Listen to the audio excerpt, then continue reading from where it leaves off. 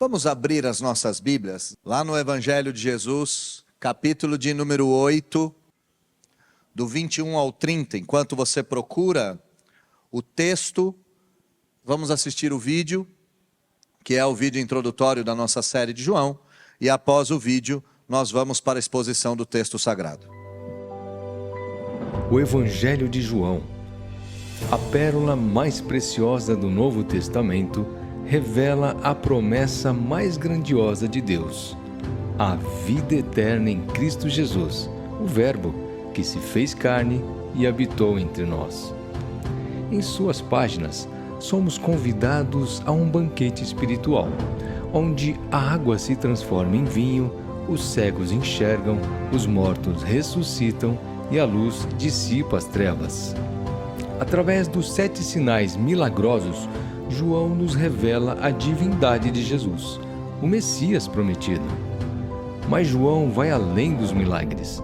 Ele nos leva ao coração do Evangelho, revelando o amor incondicional de Deus, que entregou o seu único Filho para que todo aquele que nele crê não pereça, mas tenha a vida eterna. Somos chamados a amá-lo e a guardar seus mandamentos, a fim de experimentarmos a verdadeira alegria e a paz que o mundo não pode dar. Em Cristo, a vida eterna. Uma jornada profunda pelo Evangelho de João.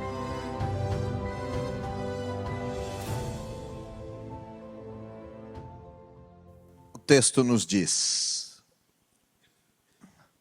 de outra feita, lhes falou dizendo: vou retirar-me, e vós me procurareis, mas perecereis no vosso pecado.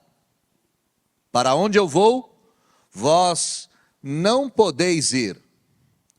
Então diziam os judeus: terá ele acaso a intenção de suicidar-se? Porque diz: para onde eu vou, vós não podeis ir. E então Jesus prosseguiu: vós sois cá de baixo, eu sou lá de cima. Vós sois deste mundo, eu deste mundo não sou. Por isso eu vos disse que morrereis nos vossos pecados, porque se não crerdes que eu sou, morrerei nos vossos pecados. Então os judeus lhe perguntaram: quem és tu? Respondeu-lhe Jesus: que é que desde o princípio vos tenho dito? Muitas coisas tenho para dizer a vosso respeito e vos julgar. Porém aquele que me enviou é verdadeiro, de modo que as coisas que dele tenho ouvido, essas eu digo ao mundo. Eles, porém, não atinaram que lhes falava do Pai. Disse-lhes, pois, Jesus: quando levantardes o Filho do Homem, então sabereis que eu sou, e que nada faço por mim mesmo, mas falo como o Pai me ensinou. E aquele que me enviou está comigo, não me deixou só, porque eu faço sempre o que lhe agrada. Ditas essas coisas, muitos creram nele. Feche seus olhos, baixe sua fronte, vamos orar. Senhor, nós acabamos de ler a sua palavra. Fomos dirigidos durante todo o culto a adorar o Senhor em espírito e em verdade. O Senhor nos conduziu até esse momento. Então eu lhe peço, não permita que eu atrapalhe. Não permita que eu venha causar transtornos ou venha fazer os meus irmãos tropeçarem. Pelo contrário, que eu venha ser um instrumento útil nas mãos do Senhor, uma ferramenta afiada, para engrandecer o seu nome. Mas é claro que por mais afiada que a ferramenta esteja, se ela não for utilizada pelas mãos certas, nada dará certo. Então, Senhor, eu me ponho em tuas mãos, suplico ao teu Espírito que haja e fale conosco, e que o Senhor, e somente o Senhor, venha a ser glorificado nesta manhã. Essa é a oração que eu faço, e a faço em nome de Jesus. Amém. Em cada passo que damos, em cada decisão que tomamos, caminhamos inevitavelmente para um destino. Alguns imaginam que a vida é um campo aberto, cheio de possibilidades, inclusive de retorno. Alguns acreditam que sempre haverá tempo de reconsiderar, de recomeçar e de reconstruir. Mas nem tudo nesta vida pode ser retomado. Há decisões que, uma vez feitas, são definitivas. Na semana passada, nós vimos Jesus declarar: eu sou a luz do mundo. Jesus se apresentou naquela ocasião, que são os textos anteriores aqui. Nós pregamos verso a verso, o livro todo, então os textos anteriores a esse que foi lido. Jesus se apresentou como aquele que dissipa as trevas do pecado. Jesus se apresentou como aquele que guia os homens à vida eterna. E muitos de vocês, muitos de nós, ouviram essas mensagens. Ouviram a fala do Senhor Jesus. Mas eu tenho que exortá-los. Não basta apenas ouvir falar sobre a luz. É preciso segui-la. Nessa passagem que nós acabamos de ler, Jesus avança no seu discurso, não apenas apontando o caminho, mas expondo de forma categórica o destino daqueles que o rejeitam. As palavras de Jesus são, no mínimo, cortantes. Ele disse: vós me procurareis, mas perecereis no vosso pecado. No versículo de número 24, então, Jesus foi mais enfático: se não crerdes que eu sou, morrerei nos vossos pecados. A recusa em crer em Cristo não é uma questão filosófica, não é uma questão religiosa, longe disso. A recusa em crer em Cristo define o destino eterno de cada um de nós. Os fariseus, quando Jesus disse: eu sou a luz, eles zombaram dessa afirmação, riram. Agora eles têm que ouvir algo mais perturbador. Jesus está dizendo para eles: vocês estão caminhando para uma morte sem retorno, para um abismo em que não há volta. E como foi que os fariseus reagiram? Com desprezo, com cinismo e com incredulidade. Eles perguntaram com sarcasmo, no versículo 25: quem você pensa que é? E eles fizeram isso não porque eles gostariam de saber quem Jesus de fato era, mas porque eles haviam decidido rejeitá-lo. Então eles olham para o Senhor Jesus e dizem: você diz que eu sou? Quem você pensa que é? A grande ironia é que em algum momento, em algum dia, eles finalmente saberiam quem Jesus era. Mas infelizmente, saberiam tarde demais. Jesus mesmo disse: quando levantardes o Filho do Homem, então sabereis que eu sou. Mas o tempo do arrependimento para ele já havia passado. Então, olhando para esse texto, olhando para essas palavras, a pergunta que pairava sobre os fariseus, paira sobre todos nós nessa manhã: o que faremos com a verdade de quem Cristo é? Essa pergunta deve ser respondida. Pois diante de Jesus, não dá para sermos neutros. Ou seguimos a luz, ou morremos nas trevas. E esta é a realidade que está diante de nós. E, meus irmãos, o tempo para decidir não é amanhã, não é mais tarde, não é em outro momento. O tempo para dar essa resposta e decidir é agora. Pensando em tudo isso, é que eu proponho o tema do meu sermão nessa manhã. E o tema do meu sermão é: o destino irreversível. Vida na luz ou morte nas trevas. O destino irreversível. Vida na luz para os da luz, ou morte nas trevas para aqueles que são das trevas. Jesus começa a sua fala com um aviso urgente.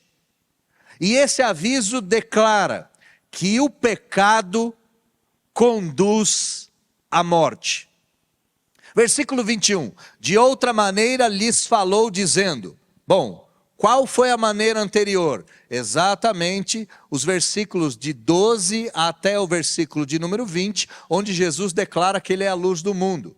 De outra feita, em outro momento, ainda na festa dos tabernáculos, Jesus lhes falou dizendo: vou retirar-me, eu vou embora, e vocês procurarão por mim, mas para onde eu vou, vocês não podem ir, pois morrerão em seus pecados. Vocês vão perecer no pecado de vocês. Jesus está dizendo, eu vou me retirar. E quando eu sair de cena, vocês vão me procurar. Mas será tarde demais. Vocês já terão perecido no vosso pecado. Jesus está dizendo que a partida dele é iminente. Ora, alguns meses à frente, Jesus se entregaria naquela cruz. Mas ele não está falando apenas da sua morte, ele está falando da sua ascensão ao Pai. Eu vou voltar para o Pai. Essa é a ideia de vou me retirar. Mas a grande questão aqui é que os judeus não seriam capazes de encontrar o Senhor Jesus. E por quê? Diz o texto. Por causa do vosso pecado. E aqui, meus irmãos, o uso singular, pecado, não são nos vossos pecados, é no vosso pecado. Qual era o pecado dos judeus? A incredulidade. A incredulidade é a raiz de todos os outros pecados. Jesus não estava falando de um futuro distante. Jesus estava dizendo de algo que estava acontecendo. O tempo da graça estava se esgotando para os fariseus. Eles haviam rejeitado Jesus repetidamente. E agora Jesus declara de forma categórica: chegará o momento que vocês vão me procurar, mas será tarde demais. Infelizmente essa é a tragédia do coração endurecido. E a tragédia do coração de pedra é que a verdade pode estar diante dos olhos, mesmo assim pode não entrar no coração. Sabe, meus irmãos, a maior tragédia da humanidade não é a morte. A maior tragédia da humanidade é a morte sem Cristo. E aqueles que em vida não recebem o Senhor, o rejeitarão para o dia do juízo. O que nós temos que ver nesse texto é algo que paira sobre as nossas vidas. Eu e você, como brasileiros, sul-americanos, temos um jeitão de ver o mundo e de lidar com as coisas. Por exemplo, quantas vezes eu e você adiamos decisões importantes, acreditando que sempre vai ter tempo para elas? Quantas vezes eu e você adiamos a importância de aprender um segundo idioma? Quantas vezes eu e você adiamos a decisão importante de começar um regime, uma dieta, de começar a fazer atividade física? Quantas vezes eu e você adiamos decisões importantes como guardar dinheiro? Quantas vezes eu e você adiamos decisões importantes como restaurar o nosso casamento, abandonar a pornografia, ou outras coisas das mais variadas, achando que a gente pode fazer isso amanhã? Essa é uma característica minha e sua, e que a gente precisa extirpar isso. Tem decisões que são urgentes. E nesse caso, em específico do texto, nós estamos diante de uma decisão eterna. Nós não podemos cair ou correr o risco de procurar Jesus e não achá-lo mais. E saibam, meus irmãos, que haverá um momento em que a busca por Deus se tornará impossível. Então aqui já fica o meu primeiro alerta e o meu primeiro pedido. Se hoje Ele te chama, aceite-o hoje. Porque nenhum de nós pode garantir o amanhã. E se hoje é tempo de uma decisão importante na sua vida, e eu não estou falando dessa decisão eterna, mas se hoje é tempo de começar a cuidar da saúde, de começar a guardar dinheiro, de começar a melhorar o casamento, de começar a cuidar da sua vida, meu irmão, em nome de Jesus, começa já. Porque ninguém garante quanto tempo eu tenho, quanto tempo você tem, quanto tempo a gente tem. Qual foi a resposta dos fariseus diante dessa fala do Senhor Jesus? Foi uma resposta cínica. A incredulidade, ela gera esse cinismo. Eles disseram, versículo 22, terá ele acaso a intenção de suicidar? Vai se matar esse homem. Só pode ser. Ele está à beira da morte. Ele está dizendo para onde ele vai, nós não podemos ir. Nós, os judeus, jamais cometeremos o suicídio. Aqui você tem um cinismo enorme no texto. Por quê? Em primeiro lugar, porque Jesus não falou de se suicidar em momento nenhum. Não tem nenhuma menção a esse o texto.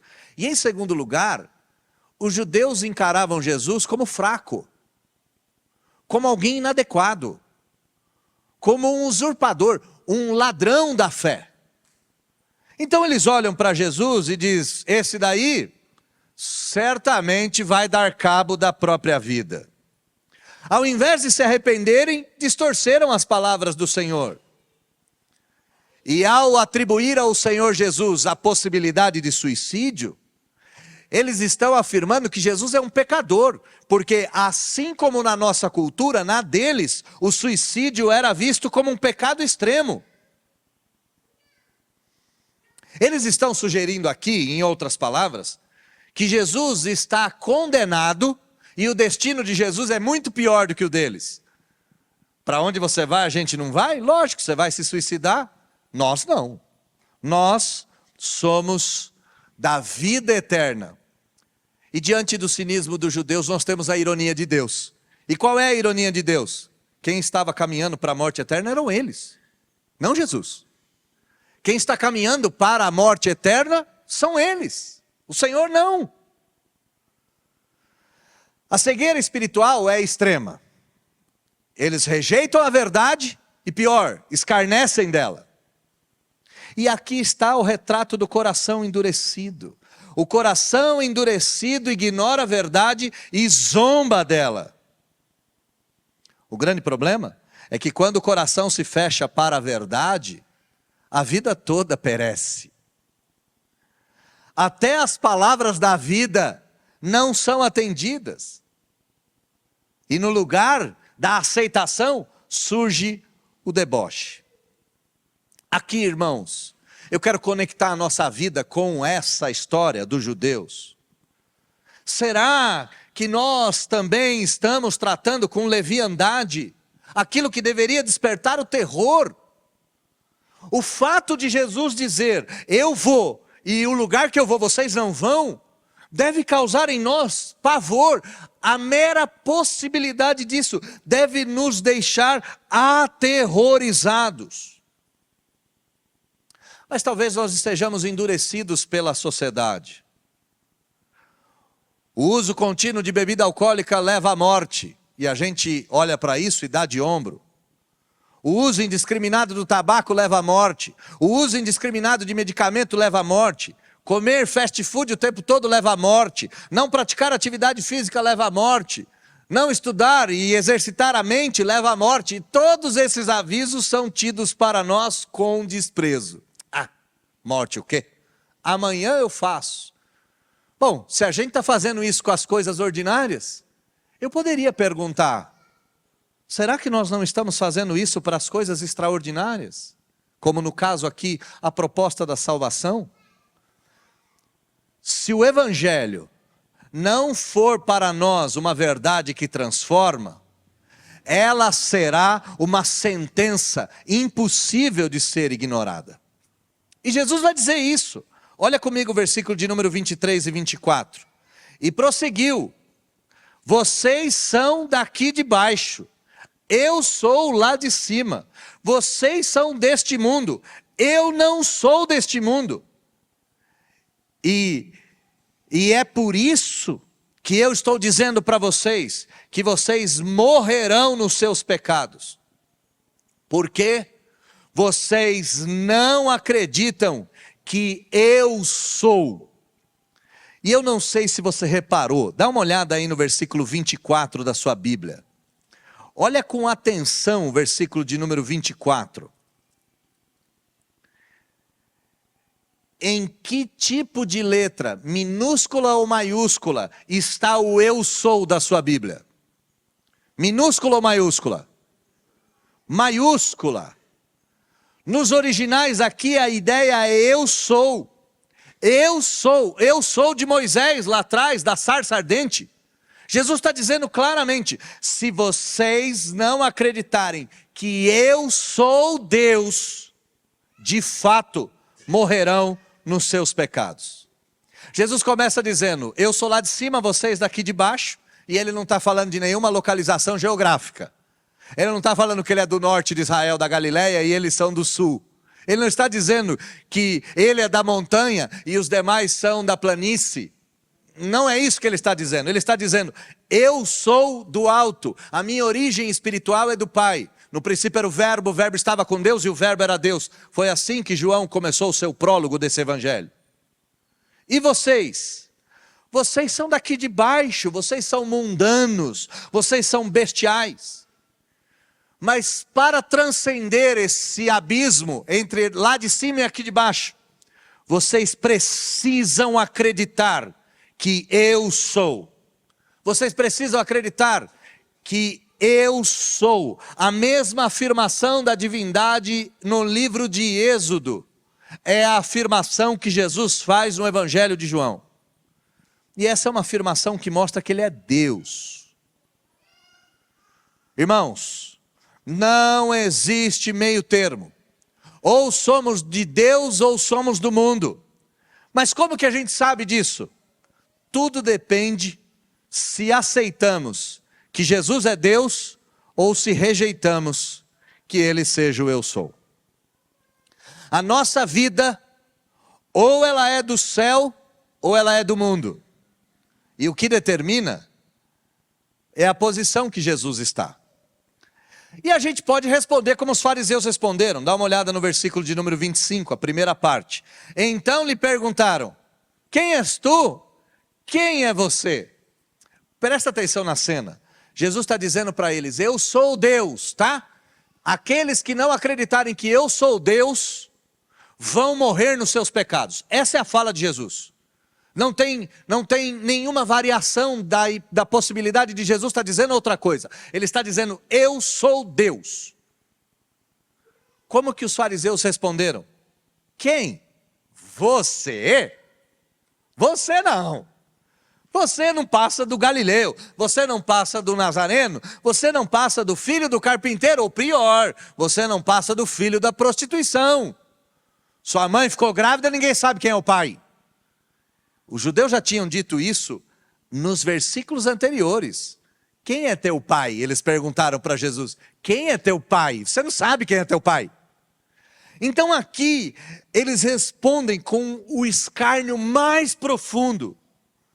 Quem você pensa que é? O tom da pergunta tem um desprezo, um ódio. Só que o problema é que eles estão diante do verbo encarnado. O problema é que eles estão diante daquele que multiplicou os pães. O problema é que eles estão diante daquele que curou os enfermos, daquele que declarou que ele era a luz do mundo. Eles não estão diante de um impostor, de um embusteiro. E para piorar a situação, era óbvio que Jesus era Deus. Ele já tinha provado isso inúmeras vezes. Quem pode curar um paralítico de 38 anos? Quem pode, com meia dúzia de pães e peixes, alimentar a multidão de 10.000 pessoas? Quem pode andar sobre as águas? Quem pode? Aqui, A incredulidade se apresenta de forma tão vil e cruel. Mas quem se recusa a ver a luz, ama estar nas trevas. E para piorar, sempre arruma uma desculpa para nelas permanecer. Talvez esse seja o dilema mais horroroso da nossa existência. Quando nós estamos na incredulidade, quando nós recusamos a luz, quando nós recusamos a verdade, a gente sempre encontra uma desculpa para permanecer nas trevas. Quer que eu dê um exemplo? Por que você ainda não começou a estudar o segundo idioma que você tem falado faz 10 anos que você vai estudar? Por que você ainda não terminou aquele curso que você diz há 10 anos que você vai terminar? Por que você ainda não começou aquela dieta que você diz há 10 anos que vai começar? Por que você não começou a ir na academia que você diz há 10 anos que vai começar? Por que você não começou a cuidar do seu casamento como você cuida das suas finanças, por exemplo? Faz 10 anos que você está dizendo que você vai cuidar do casamento. Ou melhor, por que você ainda não começou a guardar dinheiro? Talvez você me dê as desculpas das mais variadas. Não, segunda-feira eu faço, talvez amanhã, hoje não é o dia. Não preciso de dinheiro, sou crente o suficiente. Deus me sustenta. A gente até dá resposta piedosa, né? Guardar dinheiro gera avareza. Mas o que eu estou demonstrando aqui é que quando a gente se recusa a ver o fato, nós somos especialistas em arrumar desculpas esfarrapadas. E os judeus fizeram a mesma coisa. Os judeus olharam para Jesus e disseram: você? Não. Quem tem que mudar é você, não a gente. Quem tem que se amoldar é você, não nós. Quem você pensa que é? E diante dessa afronta, porque os judeus estão confrontando o Senhor Jesus, a gente pode imaginar que Jesus tenha fugido. Fugiu? Fugiu foi nada. Olha comigo o versículo de número 25 e 26. Respondeu-lhes Jesus: é exatamente isso que eu tenho dito a vocês o tempo inteiro. Eu tenho falado para vocês que eu sou Deus desde o início. E eu bem poderia, versículo 26, eu bem poderia muito dizer para julgar vocês. Eu tenho muito material para julgar vocês. Porém, essa não é a hora. O que eu estou fazendo aqui, finalzinho do versículo 26, é dizer ao mundo aquilo que o Pai me contou. E isto eu vou fazer até o final. Jesus olha para eles e diz: desde o início eu estou falando para vocês que eu sou Deus. Minha identidade já foi clara, já foi declarada claramente. Eu poderia muito bem me irar contra vocês e começar a julgar vocês. Mas eu não vou fazer isso. Mas aqui nós temos um ponto que a gente precisa enxergar. O fato de Jesus estar dizendo para os judeus que não vai julgá-lo naquele momento, não significa que ele não haveria de julgá-los em outro momento. Entenda bem isso. É bem verdade que Deus tem a paciência quase que infinita, mas chega uma hora que ela esgota. A Bíblia diz que Deus é tardio em irar-se, mas ele se ira. A paciência de Deus não durará para sempre. E aqui Jesus está dizendo claramente. Em primeiro lugar, nós temos que enxergar que a verdade de Cristo não se mudará, não se amoldará para agradar os ouvidos. E a segunda verdade é que quando o homem endurece o coração, nem 1000 argumentos farão a diferença. E aqui, uma dica aos casais. Se o seu cônjuge endurecer o coração, não é o seu muito falar que vai mudar. Às vezes só uma intervenção do alto pode fazer com que a pessoa passe a acreditar. Porque quando o homem endurece o coração, nem 1000 sermões farão a diferença. A pergunta que nos resta é: nós estamos escutando Deus? Ou nós estamos esperando agindo, procrastinando aquilo que é importante. Saiba, meus irmãos, que a paciência de Deus tem limite. E o tempo de crer não é indefinido. Chegará uma hora que ele vai acabar. João faz uma notinha de rodapé. Olha comigo o versículo de número 27. Eles não atinaram que Jesus estava falando para o Pai. Eles não entenderam que Jesus estava falando de Deus, o Pai. Eles não prestaram atenção. Mas aqui, prestar atenção não é simplesmente um não atender. A palavra não atinaram sugere que eles estavam ignorando intencionalmente. Não era falta de conhecimento, era falta de vontade. E isso é triste, porque Jesus já tinha dito que ele e o Pai tinham uma conexão absurda. Jesus já tinha dito que a religião era voltar-se a Deus em Cristo Jesus. E esses homens tinham uma religião, eram cheios de doutrina, mas completamente vazios da verdade. E esse ponto é um ponto chocante, porque a mente pode estar cheia do conhecimento religioso, e ainda assim o coração estar completamente vazio de Deus. A pior surdez não é aquela que não ouve, a pior surdez é aquela que se recusa a ouvir. Essa é a pior surdez. E aqui, quem tem ouvidos para ouvir, ouça. É possível ser religioso e não conhecer a Deus. A pergunta que volta-se para nós é: será que isso nos descreve? Será que isso em algum momento mostra quem nós somos? Será que de fato o nosso problema é meramente intelectual, psicológico? Ou será que o nosso problema é de coração? Como é que Jesus termina essa história? Ele termina essa história do jeito que o Evangelho se apresenta. Ele termina dizendo: a cruz é a ferramenta de Deus que revela quem Ele é.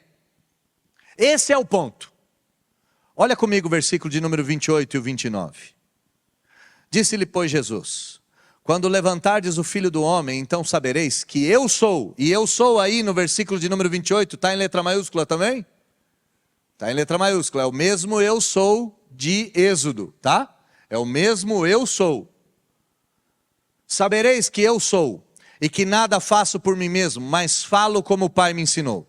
E aquele que me enviou está comigo, não me deixou só, porque eu faço sempre o que lhe agrada.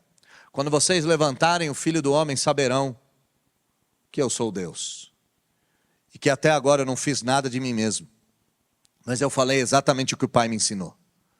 O Pai que me ensinou está comigo. Não me deixou sozinho. Eu o agrado. Vocês não.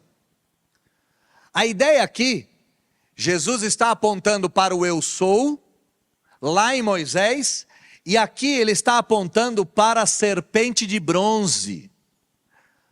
Aquela serpente que Moisés erigiu no deserto para curar os israelitas quando esses eram picados por animais peçonhentos. Bastava olhar para a serpente de bronze que eles seriam curados. A serpente de bronze levantada representava a salvação momentânea. Cristo está pegando essa figura e está dizendo: quando eu for levantado, então a salvação ou a condenação será eterna. Sabereis que eu sou. Essa é a declaração mais profunda do Evangelho. A cruz é a prova definitiva para que saibamos que Jesus é Deus. E é verdade que nem todos crerão na salvação só por olhar para a cruz. Mas aqueles que creem, reconhecem a autoridade. Aqui nós temos a maior ironia da história. O momento da revelação divina é ao mesmo tempo o momento da revelação do nosso coração. Eu gostaria que você pensasse na cena da crucificação. Lá naquela cena, os fariseus, os sacerdotes, os soldados romanos, o poder de Roma imperial e político, todas essas coisas juntas, acreditavam estar no controle. Afinal de contas, eles tinham planejado a morte de Jesus, eles tramaram a prisão de Jesus, eles reuniram falso testemunho, ou falsas testemunhas, e finalmente eles conseguiram erguer Jesus numa cruz como se fosse um criminoso. O fato que eles não sabiam é que ao erguê-lo estavam cumprindo exatamente o que Deus havia determinado antes da fundação do mundo. Eles pensavam que tinham condenado Jesus, mas na verdade estavam exaltando ele acima de tudo e todos. Eles queriam acabar com a influência de Jesus, mas nem sabiam que estava aumentando a sua influência para todos os séculos. Eles o crucificaram para calá-lo, mas a cruz foi o discurso mais alto de Deus de toda a história. A cruz é a grande ironia. Aquilo que parecia o fracasso foi a maior vitória. Jesus não foi revelado na cruz, ele foi entronizado na cruz. A cruz é o trono de Cristo, meu irmão. É ali que ele reina sobre o pecado, é ali que ele vence a morte, é ali que ele é exaltado acima de tudo e todos. E quando a gente olha para a cruz, ela não revela só Cristo, ela expõe o nosso coração. E aqui é impossível sair ileso. Ou a cruz é tropeço, como foi para os fariseus. Ou a cruz é loucura, como foi para os romanos. Pois nenhum Deus poderia morrer numa cruz. Ou a cruz é salvação, como ela significa para os crentes.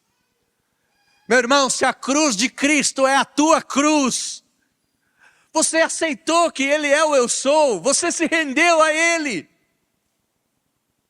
A cruz continua sendo o grande divisor de águas. Você deve responder essa pergunta: o que a cruz é para você? Ou a cruz é um símbolo religioso numa parede? Ou ela é a fonte transformadora do destino eterno? A cruz não pode ser vista como uma peça de decoração. A cruz deve ser vista como ponto de mudança. A cruz não permite neutralidade. Ou eu e você somos transformados por ela, ou eu e você tropeçaremos nela e cairemos no abismo eterno. A pergunta é, diante da cruz, qual é a tua resposta? Como é que o texto termina? E eu já estourei meu tempo aqui. O texto termina dizendo: ditas essas coisas, muitos creram nele. É a primeira vez que isso acontece no Evangelho de João. É a primeira vez que os homens acreditam nele. Durante todo o capítulo de número 8, ninguém creu. Mas aqui, muitos creram. E o verbo crer aqui demonstra que eles acreditaram de verdade. Não era uma fé superficial, era uma fé genuína. E qual é o meu voto diante desse texto? Que o poder da palavra de Cristo pregado nessa manhã faça a mesma coisa que fez com esses muitos. Que a gente saia daqui crendo. É verdade que alguns vão continuar zombando. É verdade que vai ter um monte de gente com o coração endurecido. Mas também é verdade que vai ter gente com o olho aberto. Vai ter gente que vai saber que Jesus é Deus. Vai ter gente que vai saber que ou se aceita Cristo ou morre nos seus pecados. E aqui é um dos pontos mais sensíveis do Evangelho. O coração dos arrogantes, dos vaidosos, nunca aceitará a proposta de um Salvador humilde. A incredulidade pode ser evitada somente por um coração humilde. Hoje, nessa manhã, a palavra de Cristo não voltará vazia. Para alguns, salvação, para outros, condenação. Porque a mesma palavra que endurece o coração, quebranta outro. O que resta saber é qual é o efeito que ela traz no meu peito. A pergunta segue a mesma. Você ficará com Cristo ou o abandonará? Concluindo o meu sermão. Algumas decisões na vida podem ser revistas. Um caminho errado pode ser corrigido. Eu sou prova viva disso. Há 30 anos atrás, quase, eu estava sendo preso. Hoje, 30 anos depois, eu estou falando de libertação. Uma escolha precipitada lá na juventude pode ser remediada. Uma oportunidade perdida de um emprego pode ser recuperada. Mas há uma decisão que, uma vez tomada, não pode ser revertida.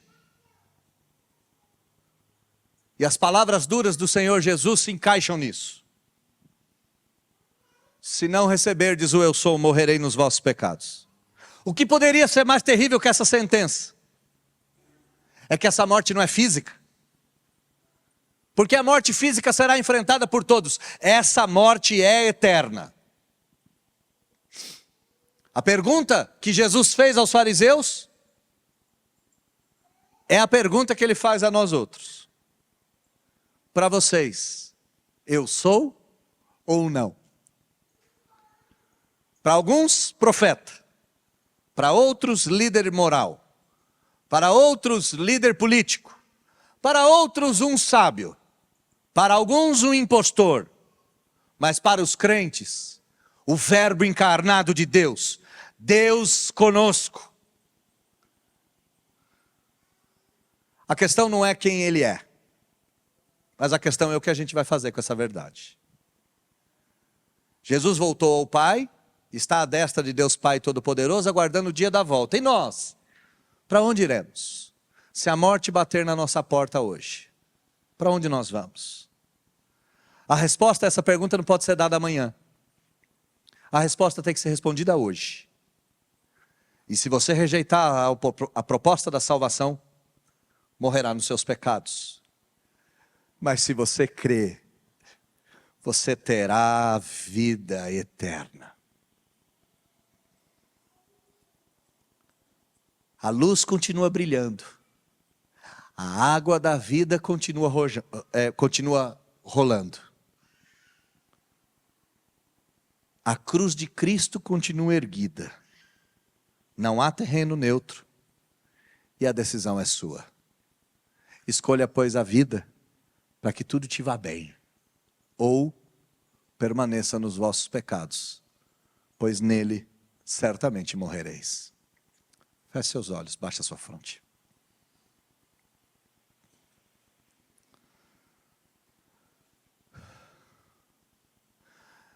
A minha oração é tripla. Que a salvação tenha entrado mais uma vez no meu coração nessa manhã. Que a salvação tenha entrado no coração dos meus irmãos nessa manhã. E que aqueles que permanecem com o coração endurecido, eu suplico ao Senhor, tende misericórdia. E não permita com que eles morram nos seus próprios pecados. Que eu creia, que meus irmãos creiam, e que se ainda há no nosso meio incrédulos, que eles sejam convencidos pelo poder do Espírito Santo e possam, em algum momento da vida, encontrarem essa salvação. Eu suplico que a porta do céu não seja fechada para eles. Contudo, toda incredulidade será punida. A dos fariseus foi cabalmente. Não podemos arriscar, achando que ainda teremos novas oportunidades. Que hoje tenha havido salvação nessa casa. É o que eu lhe peço, orando em nome de Jesus. Amém.